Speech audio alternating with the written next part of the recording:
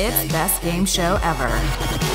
On this episode, they mean well, they try to assist you, but they'll never emerge from your shadow. It's Lamest Gaming Sidekicks. A sidekick is the protagonist's partner in crime. It's their cheerleader. They're there to help them get through the mission in whatever way they can. Except in this case, they fail at all of those things. That's why they're the lamest. A sidekick is there as cannon fodder. A sidekick is the number two. No, that's poop. He'd be like, hey, go out there, distract them for me so that I can kill them while they're shooting you. The main character is the entree. It is like the appetizer or side salad. It's there to assist you and stay out of your way. Depending on their level of skill, they can either aid you in beating the game, which is great, or they can suck and pretty much get you killed and do nothing but hamper you and prevent you from completing your goals. I have a sidekick. He calls himself the Ovenshire.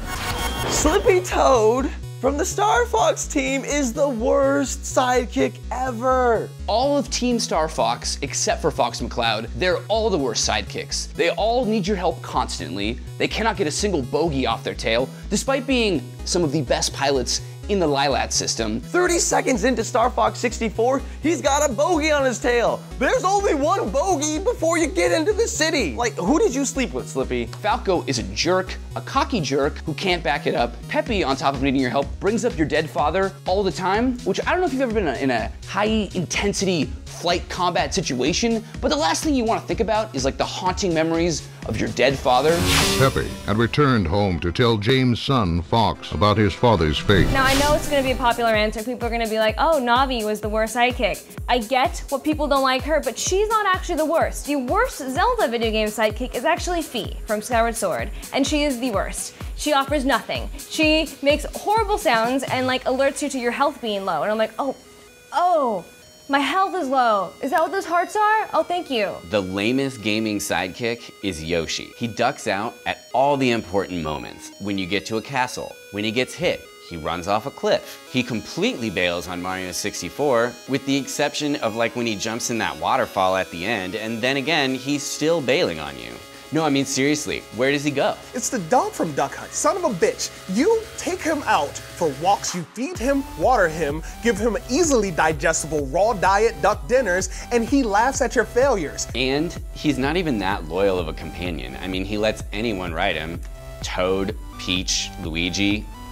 Not a very good best friend. You're a part of a government-funded job where you have to shoot ducks into extinction, and it's depressing, and he's the only thing that keeps you from taking your light gun and putting it to your head, and he chuckles in your face. Toadstool in Super Mario Brothers. Sorry, Mario, but your princess is in another castle. Hey, Toadstool, how about instead of just telling us she's in another castle, find the other castle for us so we don't have to keep going through all these freaking castles. Ashley from Resident Evil 4. She was terrible. She served almost no purpose to the player. She got kidnapped, and she's the president's daughter. So, which means she had to have had some kind of security detail that she lost or ditched or got so drunk at a club that they disappeared. Yorda from Eco. She does nothing the entire game, and you literally have to hold her by the hand and take her everywhere. She doesn't talk. She doesn't defend herself. She does nothing. That's pretty lame. She's like the daughter from Taken. She just does nothing but go to strange countries and get in trouble. And Leon Kennedy, of all people, has to go out there and save her because it's the president's daughter. He's got better things to do, okay?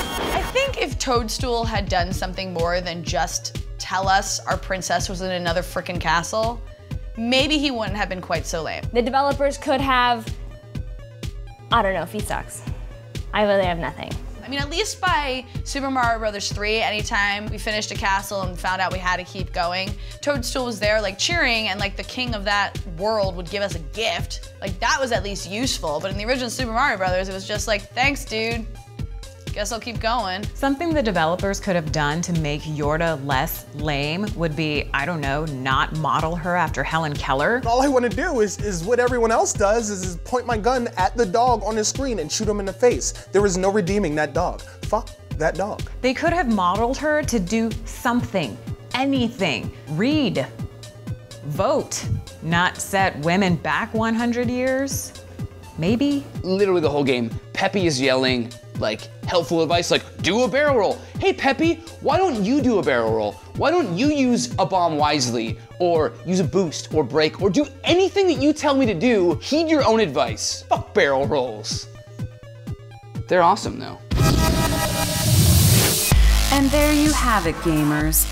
We want to know who you think the lamest gaming sidekick is, so leave a comment here. And subscribe now, because next Wednesday, we're talking the PC Master Race.